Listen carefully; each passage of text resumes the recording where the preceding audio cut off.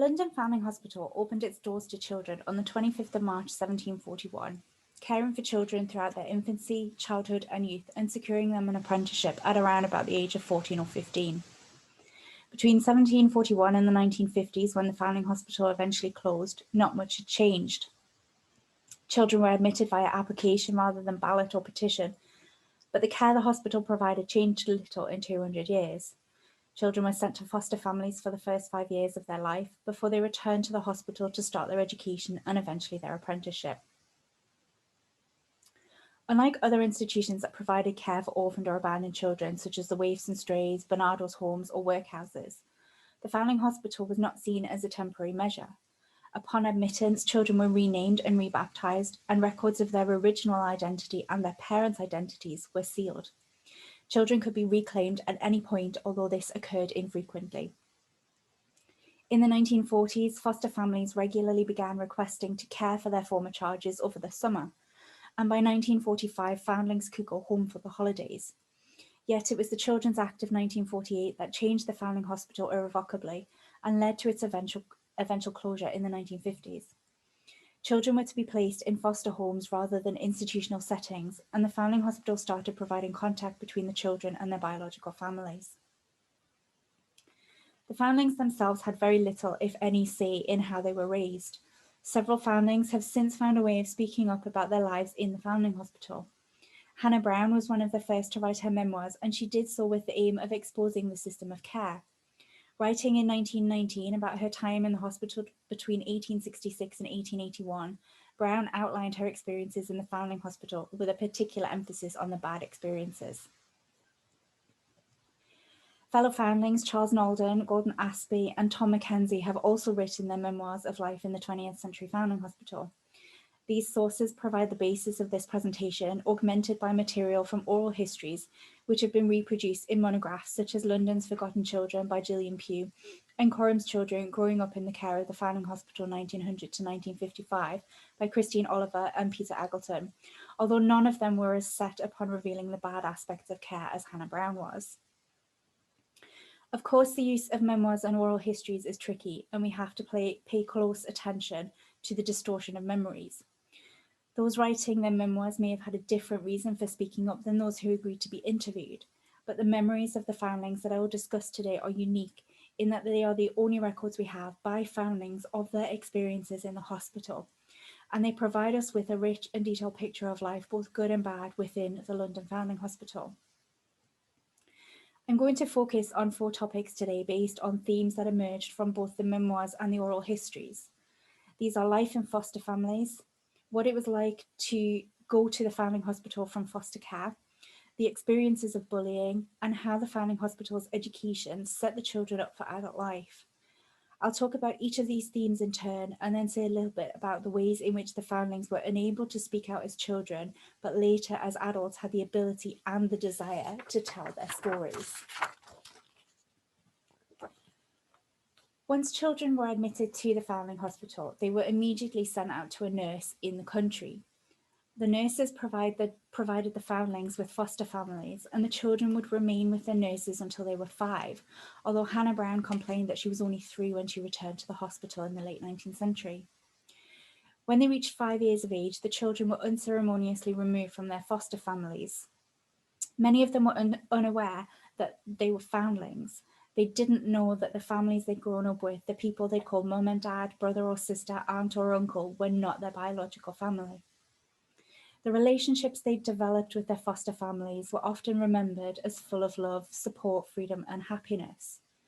In most cases, according to Oliver and Aggleton, the men and women who were interviewed for the Coram Children's Book looked back on this period of their lives with warmth and affection. Gordon Aspie, whose foster family lived in Shipburn, East Kent, recalled being free to, quote, roam where I wanted, across fields, in woods, up to the village green, chasing pheasants and rabbits, peering into birds' nests, picking primroses, bluebells, and blackberries. All around me seemed to be sunshine and smiling faces. Mrs. Tapp stood at the centre of my happiness. Charles Nalden also recalled with fondness having been taken on an away day by his father's work, where the whole family went on a steam train from Chertsey to Maidenhead, and visits to fairs and circuses when they pitched up in his village during the summer. From being an unwanted baby, he wrote in his memoir Half and Half, I now became a very much wanted foster child.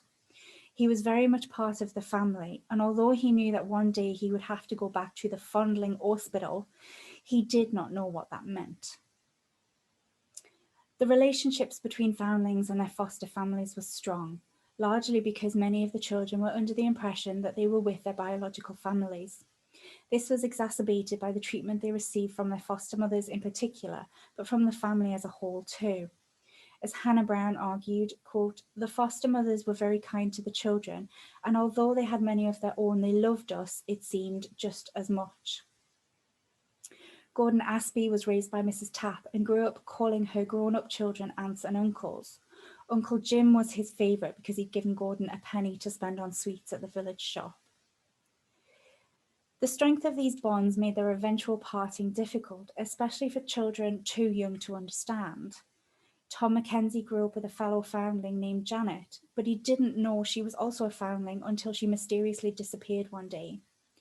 His foster mother told Tom he would see Janet in the Foundling Hospital, but as young as he was, he didn't understand what that meant.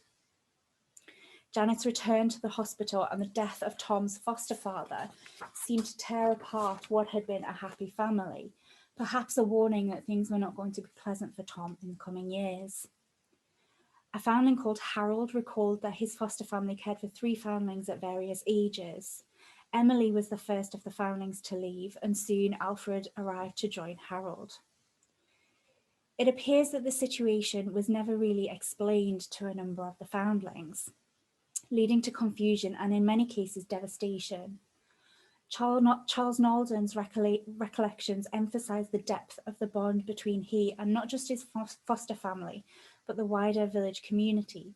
He recalled being taken to the neighbour's house to say goodbye before, on the day of his departure, a locket containing his hospital number was placed around his neck and he was taken to the railway station. His foster father had taken the day off work to see him off, and Charles noted that, quote, I bought him a penny bar of chocolate from the station's automatic vending machine. Years later, my mother told me he had carried the wrapping paper in his waistcoat pocket right up until the day of his death, which was just 4 years later. Some of the foundlings did remain in contact with their foster parents after they left the hospital, and a number of men who joined the armed forces would return to their foster families whenever they were on leave. Despite the close bonds the foundlings forged with their foster families, all the children were returned to the hospital when they were 5. The move from foster care to the hospital removed all the love the children had been surrounded by, and the matrons, nurses, and teachers at the hospital did not provide the children with any emotional support. For many of those who wrote their experiences later, that absence of affection affected them for the rest of their lives. Foster parents attempted to reassure the children. They told them to behave themselves and to do as they were told. Gordon Aspie's foster father told him to be brave, and his foster mother, quote, made a lot of fuss and kept kissing me. She was crying. I'd never seen her do that before. A woman called May remembered her foster brother, Bill, telling her that she should be brave and not cry. I had this in mind, she said. Don't cry. I can remember this big stone room that had iron beds, and there were 2 bed heads put together like that. And there was a little boy in the other bed, and he was crying all the time. I want my mummy, I want my mummy. And I remember putting my hand through and holding his hand and thinking I must not cry. I had promised Bill I wouldn't cry. And this is a picture of the dormitories, and you can see the bed heads together on the picture behind. May's recollections were strikingly similar to those of many other foundlings who spoke about the experience of returning to the hospital as one of fear and loneliness.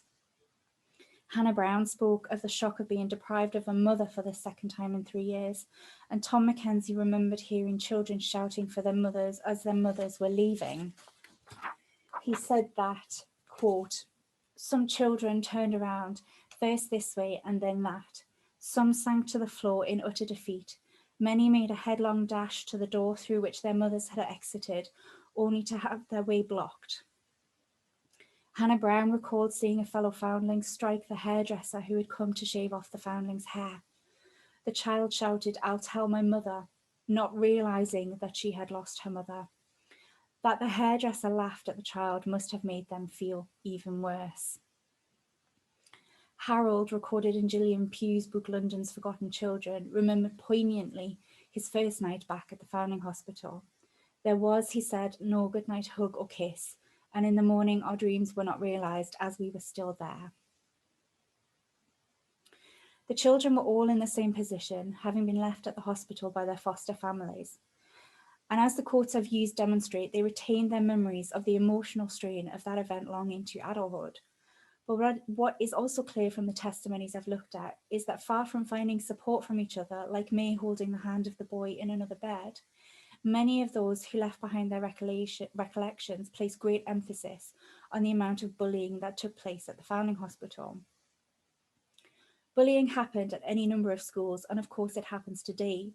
It was especially prevalent at boarding schools, but unlike traditional boarding schools where the students were able to go home during the summer, the foundlings remained at the hospital all year round. Tom Mackenzie recalled that the majority of the bullying was perpetrated by the monitors, the older boys who looked after the boys' dormitories at night. Quote, "They would delight in thinking of new ways to hurt or humiliate us younger boys, from ordering us to have fistfights, to seeing how long we could stand in stress positions, to holding us out of the windows until we begged for mercy." Harold remembered the younger boys being lined up in the basement where the masters never supervised and where, quote, "a boy would run along with a wet towel and hit us all." Hannah Brown recalled the monitors acting in a similar way almost a century earlier, indicating that the experiences endured and behaviours were passed down across the generations. Brown argued that the tyrannical way in which the monitors, behaved was without doubt due to the manner in which they themselves had been treated when they had been younger children. Harold was lucky in that his foster brother Alfred looked after him and protected him from any bullying, but not all the children had foster siblings to look out for them. And as girls and boys were separated, many weren't able to reconnect with each other anyway. In addition to bullying from the older boys and girls, former foundlings vividly recalled corporal punishment and verbal abuse dished out by the hospital's teachers. One summer, repairs to the hospital meant that Hannah Brown had to be sent away to stay at a foster home. Upon her return, she refused to eat her dinner. She didn't say why she refused, but did suggest she thought she'd gotten used to nice food outside the hospital, and the meal in front of her looked awful by comparison. The teacher kept bending over Hannah and ordering her to eat, and then, quote, "Suddenly I received an astounding box on the right ear. Of course there were floods of tears." This incident occurred even though Sunday visitors were present. Sunday visitors being a leftover from the 18th century, when women of standing would go to the hospital to watch the children eat and sleep. Women were also present throughout the 18th century to watch as women abandoned their babies to the hospital's care. It was thought that the emotion of the event would compel these ladies or their husbands to donate money to the hospital. In Hannah's case, she noted never seeing the teacher again. It was clearly one thing to punish a child within the privacy of the hospital, but another thing entirely to do so in front of members of the public. Behind closed doors, several of the foundlings recalled having a particular teacher who made their life hell.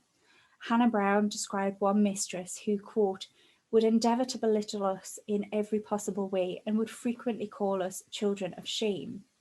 That shame of being illegitimate or being a foundling was something that many of the foundlings grappled with throughout their lives.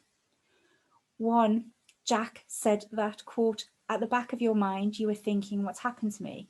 Where did I come from? Where am I going? You know? And this is the traumatic part really about it. Nobody tells you why it happened.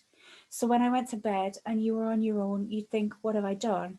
And begin to feel guilty that you'd done something to cause it." However, it is important to stress that foundlings did remember acts of kindness too. Tom Mackenzie mentioned in particular one nurse who reunited him with his foster sister Janet. As boys and girls were segregated at the hospital, Tom hadn't been able to see Janet like his foster mother had promised. So Tom approached a nurse in the schoolyard and asked to be able to speak to Janet because he'd seen her across the playground. When they spoke, Tom asked his foster sister when they would be going home. Janet's response that they weren't set them both crying and led to Janet swiftly being returned to the girls' side of the hospital. A bittersweet moment for Tom, which he detailed in his memoirs. The final topic that I want to look at today is how the foundlings were prepared for adult life. Prior to the Second World War, they received a basic education that stressed the 3 R's and religion, which was the 4th R.